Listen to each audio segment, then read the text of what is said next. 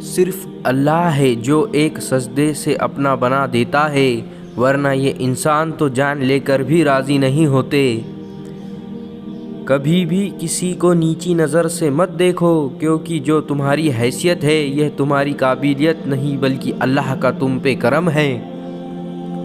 امید کبھی مت چھوڑنا، انشاءاللہ کل کو دن آج سے بہتر ہوگا۔ سب سے برا انسان وہ ہے جو نہ ہی دوسروں کی غلطیوں کو معاف کرتا ہو اور نہ ہی دوسروں کی برائیوں کو نظر انداز کرتا ہو، اور اس سے بھی برا انسان وہ ہے جس سے نیکی کی امید رکھی جاتی ہو۔ دعا مانگتے رہو، کیونکہ ممکن اور ناممکن تو ہماری سوچ ہے، رب کے لیے تو کچھ بھی ناممکن نہیں ہے۔ سجدے کی خوبصورتی یہ ہے کہ ہم فرش پر سر رکھ کر سبحان اللہ کہتے ہیں اور عرش پر سنائی دیتا ہے۔ جو شخص اپنے غصے کو روکے گا، اللہ پاک قیامت کے دن اس پر سے عذاب روک دے گا۔ جب بھی کوئی تم سے معافی مانگے تو اسے اس نیت پر معاف کر دو کہ میرا اللہ بھی قیامت کے دن مجھے معاف فرمائے گا۔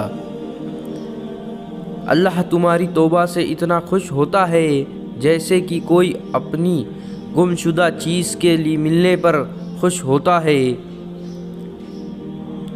جن گھروں میں اللہ پاک کا ذکر ہوتا ہے وہ سکون، محبت اور برکت ہوتی ہے۔ ذلیل نہ کرو کسی غریب کو، وہ بھیک لینے نہیں ہمیں دعا دینے آتا ہے۔ اللہ کی عطاؤں پر الحمدللہ کہنا اور اپنی خطاؤں پر استغفر اللہ کہنا اللہ کو بہت پسند ہے۔ انسان بھی عجیب ہے، دعا کے وقت سمجھتا ہے کہ خدا بہت قریب ہے اور گناہ کے وقت سمجھتا ہے کہ خدا بہت دور ہے۔